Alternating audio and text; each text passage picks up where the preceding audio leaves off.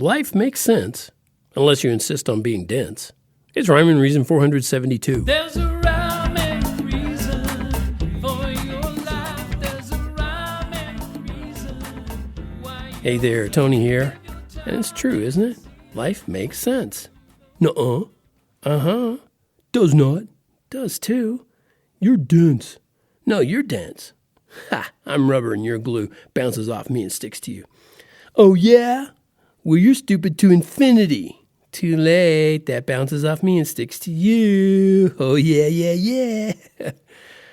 Well, you probably don't even remember what I was talking about, right?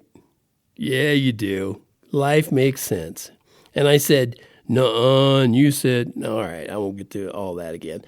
Life makes sense unless you want to be childish about it. That's the point I'm making there. Kids will be kids, and they will argue stupidly. That's what kids do. Otherwise, really, life is so amazingly sensible. It's wonderfully predictable, and it's dependable. But, of course, I'm not talking about those daily ups and downs. I don't mean that. Those can be totally unpredictable and make no sense at all. I'm talking about life, existence. You and I are here because we were made by design. No random mutations could have ever created something as complicated, sophisticated, and conjugated as you and me. Well, I'll speak for myself anyway, because maybe you'd rather believe you did happen by accident. I guess I have to allow for that, depending on who you are and who's listening. Well, if you did, then there's no way life makes sense, right? Random mutations created you, and what's it all mean? No wonder so many people ask all those age-old questions. What's the meaning of life? Why am I here? What happens when I die? Etc., etc., etc. But guess what feels and looks and sounds better than that? You take this in, the creator of heaven, earth, and all the universe, the creator of all those, designed you. But what he did differently with you than he did with all the rest of heaven and earth and the universe, he designed you and I with love. And he gave us the ability to love him in return and love one another. But in order for you to be able to truly love him in return, or love anybody else for that matter, you have to have the ability to hate. And if you're like the vast majority of people on the planet, you probably do hate God, and probably just about everybody around you.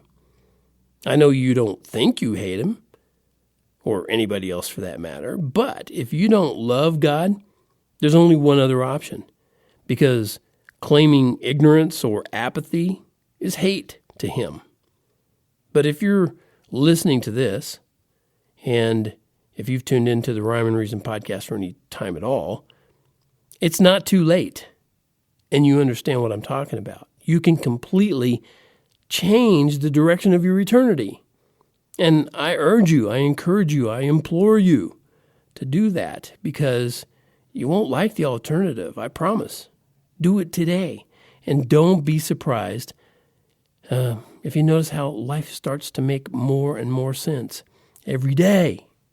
I'm not going to do that again. You can thank me later for this info today. And I know you'll be glad that I showed you the way, but I know you'll be mad if you don't change your mind. You'll see I'm right when you leave this old world behind. Okay, that's Rhyme and Reason. Episode, what did I say it was? 472? Wow. In the history books for now.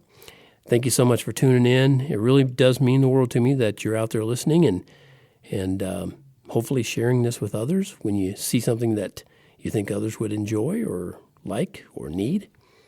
And as always, it's brought to you by TonyFunderburk.com, where there's lots more stuff than I even put here on the podcast.